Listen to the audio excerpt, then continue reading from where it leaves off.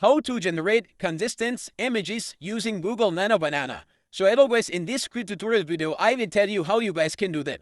So first of all, we will open Gemini app. Here you guys can see we will select image with banana icon. Now I will simply click on that plus icon to upload my character pic. So after that, click on done. Now he advised to need paste your first prompt, so I will paste my first prompt. After that, I will click on that icon of go. Now I will wait for 10 seconds. You guys can see how perfectly Google Nano Banana generated my consistent image from my character. Like you guys can see the prompt and also the pic. Now I will do another prompt for same character. So next page, second prompt. After pasting your second prompt, simply click again on plus, now gallery.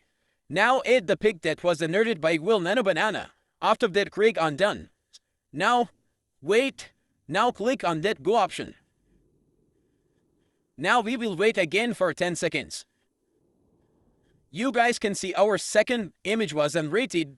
The character was 100% same and the position was changed according to prompt. So that's how you guys can create consistent images. But you guys need to make sure that the prompt need to be for this specific character.